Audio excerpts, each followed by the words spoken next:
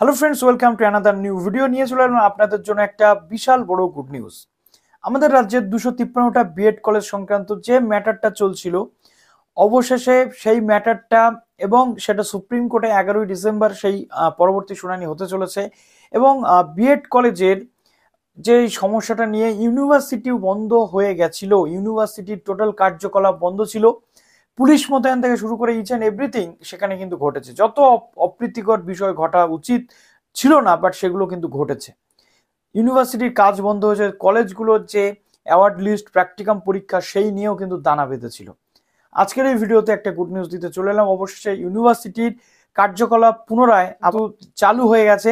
তো যারা নতুন আছেন এই চ্যানেলে, অবশ্যই চ্যানেলটিকে সাবস্ক্রাইব করে পাশে থাকা বেল আইকনটি ক্লিক করে দেবেন, যাতে সমস্ত তথ্যগুলো আপনার টাইম টু টাইম এখান থেকে পেয়ে যান।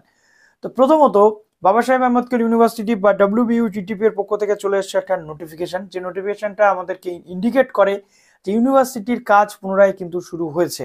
বাট অনেকে প্রশ্ন করছেন, মাইগ্রেশনের জন্য অ্যাপ্লাই করেছি, প্রফেশনাল সার্টিফিকেটের জন্য অ্যাপ্লাই করেছি, সেগুলো কি হবে?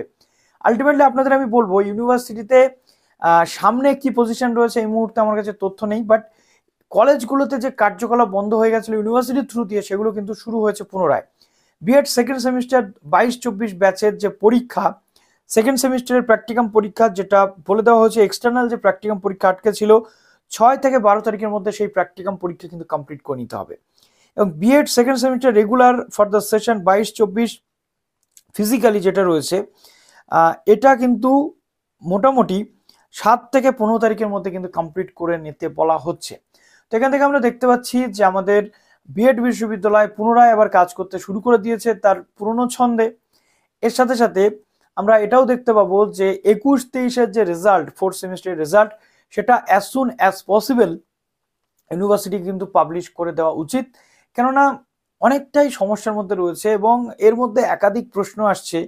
অনেক কলেজ রয়েছে, ক্যান্ডিডেটদের বক্তব্য, যারা পাস আউট ক্যান্ডিডেট, তাদের যে কলেজের অ্যাফিলিয়েশন যদি না থাকে, তাদের রেজাল্ট বা তাদের যে সার্টিফিকেট, এটা নিয়ে সমস্যা হবে কি হবে না? আমি বলবো বিন্দু মাত্র সমস্যা হবে না।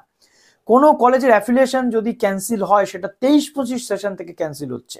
যারা 22-24 রয়েছে, যারা 21-23, 18-20, 20-22, এর পাশাপাশি যারা রয়েছে তোমাদের ওদিকে 19-21, তার সাথে সাথে রয়েছে তোমাদের তার 16-18 ব্যাচ, 17-19 ব্যাচ, কারোর কোনো এফেক্ট কিন্তু পড়বে না।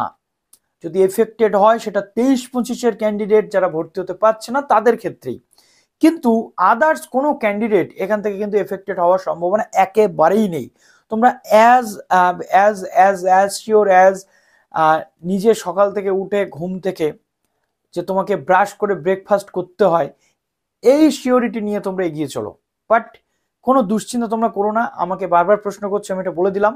আর সুপ্রিম কোর্টের কেসের যে শুনানি বা সুপ্রিম কোর্টের জাজমেন্টের উপরে নির্ভর করছে আগামী দিনে 23-25 ক্যান্ডিডেটদের কি হবে এবং এই 253টা কলেজের ভবিষ্যৎ কোন দিকে যেতে চলেছে।